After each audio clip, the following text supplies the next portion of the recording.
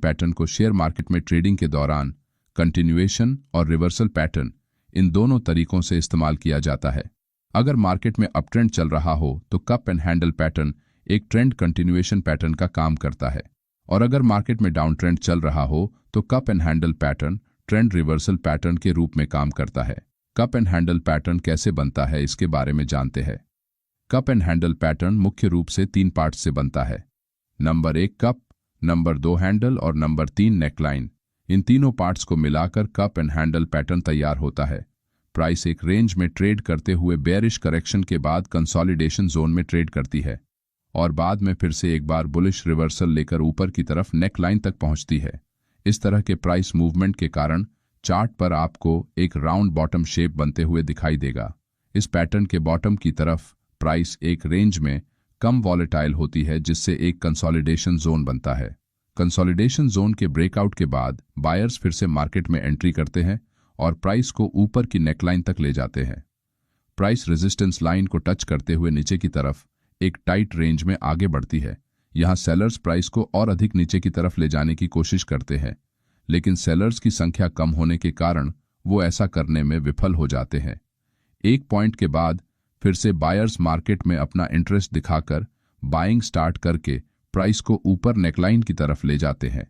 Neckline area में अगर sellers की संख्या अधिक हुई तो ये बाइंग मोमेंटम कभी कंटिन्यू नहीं होगा और मार्केट नेकलाइन से रेजिस्टेंस लेकर फिर से नीचे की तरफ बढ़ते हुए कप एंड हैंडल पैटर्न को फेल कर देगा।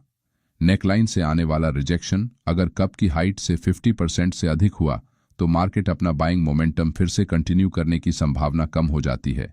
कप की आकार से हैंडल का आकार हमेशा छोटा होना चाहिए। हैंडल की जगह एक टाइट कंसोलिडेशन होना चाहिए और यहाँ ट्रेडिंग वॉल्यूम में गिरावट होनी चाहिए, जिससे यहाँ फ्लैग एंड पोल और ट्रायंगल पैटर्न जैसे बुलिश रिवर्सल पैटर्न बनते हैं, जिससे मार्केट में बुलिश ट्रेंड के कंटिन्यूएशन का सिग्नल मिलता है। नेकलाइन के ब्रेकआउट पर आप लॉन्ग ट्रेड में अपनी पोजीशन बना सकते हैं। तो चलिए अब कप एंड हैंडल पैटर्न में ट्रेड एंट्री कैसे करते हैं ये जानते हैं।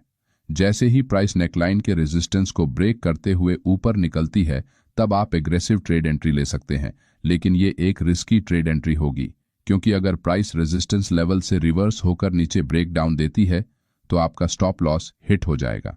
मगर दूसरे तरीके में अगर आप नेकलाइन ब्रेकआउट करने वाली कैंडल के ऊपर की तरफ क्लोजिंग के बाद ट्रेड एंट्री करते हैं तो ये एक सुरक्षित एंट्री मानी जाएगी।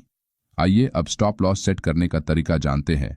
आपको आपका स्टॉप लॉस चार्ट पर ऐसी जगह सेट करना चाहिए वहां तक अगर प्राइस पहुंच गई तो आपका ट्रेडिंग सेटअप फेल हो जाए।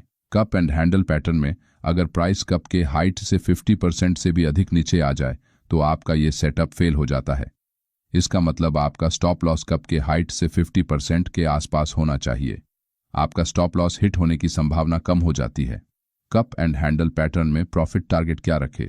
कप एंड हैंडल पैटर्न में प्रॉफिट टारगेट सेट करने के लिए आप कप के बॉटम और नेकलाइन के बीच का अंतर नापते हुए अपनी एंट्री पॉइंट से ऊपर की तरफ उतने ही अंतर पर आप अपना प्रॉफिट टारगेट सेट कर सकते हैं। अगर आपको मार्केट में चल रहे बड़े ट्रेंड का फायदा उठाना है तो आप ट्रेलिंग स्टॉप लॉस मेथड का इस्तेमाल कर सकते हैं, जिससे आपका प्रॉफिट और अधिक बड़ा बन जाएगा।